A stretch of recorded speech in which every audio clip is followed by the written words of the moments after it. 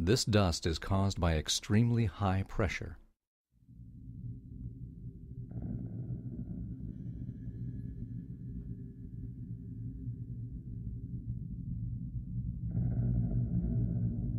When we look closely at the area that is collapsing, we find dust shooting out of every window on the entire floor at the same time. The towers had a steel frame, so the only way they could collapse is if thousands of joints were broken. The towers collapsed in less than 10 seconds, which is an average of 10 floors every second. Next time you see a 10-story building, imagine the entire building crumbling in 1 second. The only buildings that collapse this quickly are the buildings that are destroyed with explosives. We were told that the collapse began when one floor broke and the pieces fell to the floor below it. Those pieces shattered that floor and so on all the way down. However, when the pieces hit the floor below, they will slow down slightly and some of their energy will be used to break the floor. Therefore, there should be a delay every time the pieces hit a floor. The towers had 110 floors, so if it took 1 second for each floor to be crushed, that would be 110 seconds. However, the seismic data and video show that the North Tower collapsed in only 8.4 seconds. The collapse started at about the 94th floor. If you were to drop a rock from the 94th floor, it would hit the ground about 8.4 seconds later. This means that the pieces of the building were falling as fast as objects fall through the air. How can objects crash through steel and concrete floors as fast as they fall through the air? There is only one explanation. Explosives were placed in these buildings before the attack. The collapse of the North Tower started when explosives at the 94th floor were detonated. The explosives were timed so that the floors were shattered before the rubble contacted it. The pieces of the building fell in only 8.4 seconds because none of the pieces crashed into a floor. We were told that fire caused the towers to collapse, but no large building has ever collapsed from a fire.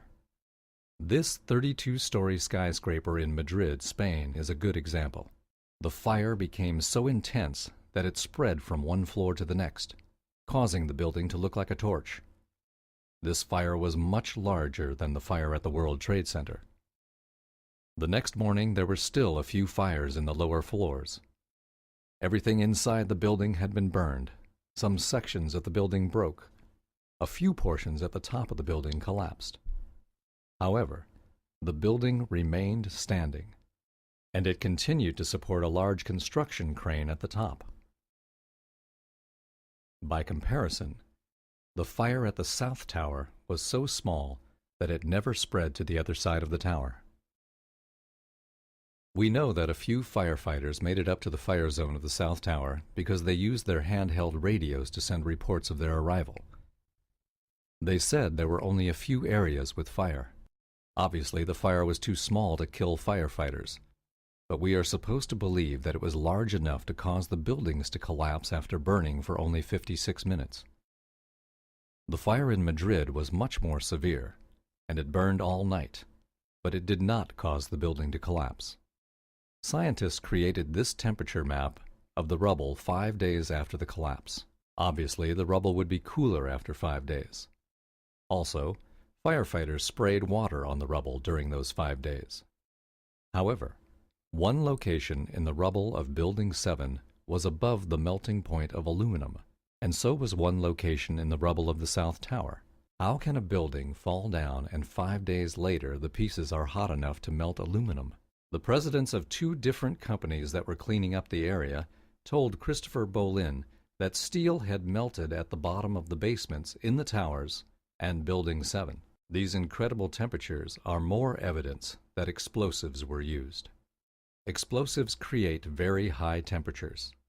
The extreme heat created by the explosives in the basements had nowhere to go since it was deep underground, and so it melted some of the steel. Another suspicious aspect of the attack is the collapse of Building 7. This was a 47-story building with a steel frame. It was not hit by an airplane. It was across the street from the towers. Late in the afternoon, this building collapsed. The U.S. government investigated the collapse of this building. After 7 months of investigating, their conclusion was that they have no idea why the building collapsed. A few months later, the landlord of Building 7, Larry Silverstein, announced on television that the fire department demolished Building 7. The government and the news reporters should have demanded that both Silverstein and the fire department explain what happened to Building 7, but nobody asked any questions. The collapse of Building 7 is identical to the collapse of buildings that are brought down with explosives. The explosives shatter the joints that hold the building together, and the building falls down at free fall speed. Dust is produced at the base in the building. There is a tremendous amount of evidence that the government was involved in the September 11 attack. We could spend days discussing all of it. Some of what we tell you is speculation, but some of it is scientific fact, and you cannot disagree with it. For example, pieces of a building cannot crash through steel and concrete floors as fast as they fall through the air. The fact that those towers collapsed in less than 10 seconds is proof that explosives had been used. Building 7 also collapsed in a manner that can only be explained by the use of explosives. This is why the government says they do not know why Building 7 collapsed. Anybody who looks at this evidence and continues to insist that the government was not involved in the September 11 attack is simply having a difficult time facing the possibility that the government could commit such a crime. Another reason it's difficult to believe that the government created the September 11 attack is because none of the major news agencies are talking about it. Some reporters refuse to talk about explosives in the World Trade Center because they are afraid to expose the crimes of the American government. Another reason is that the television, newspapers, and magazines in America and Europe are controlled by a small number of people. These people prevent the reporters from talking about explosives at the World Trade Center. Instead of telling us about the explosives, they show us lots of photos of Osama bin Laden. This creates anger toward Arabs and fools people into thinking that the Arabs are responsible for the attack. The news agencies are trying to manipulate emotions, not provide serious information. Most reporters ignore us when we talk about explosives in the towers. Occasionally, an article or television show tries to make us look like idiots. Already, 3 different television networks have criticized us. These television programs do not provide serious information to counteract our arguments. Instead, they use insults to make people laugh at us.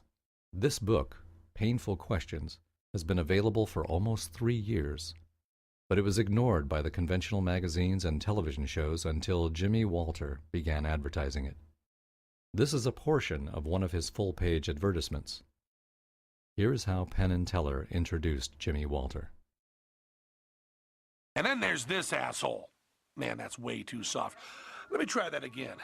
And then there's this asshole. Here is how Penn and Teller described the book. He wrote a book called Painful Questions, an analysis of the September 11th attack. We show you the cover because if you ever see anyone carrying it, push them down a flight of stairs. Popular Mechanics refers to us as liars. The angry and childish attacks on Jimmy Walter and Eric Hufschmid could be a sign that the criminals are frightened that we are exposing them. However, when a criminal tries to cover up his crime, he runs the risk of releasing more information about himself. These television programs and magazines can help us understand who is behind the September 11th attack and how they get away with these crimes. The executives of major television networks, newspapers, and magazines are involved in these crimes. They help cover up the crimes by ignoring important information and by insulting those of us who complain about the crimes. The news agencies that ignore or ridicule are identifying themselves as being either incompetent news agencies or as members of the criminal network. In either case, we should not purchase their newspapers, magazines, or television shows.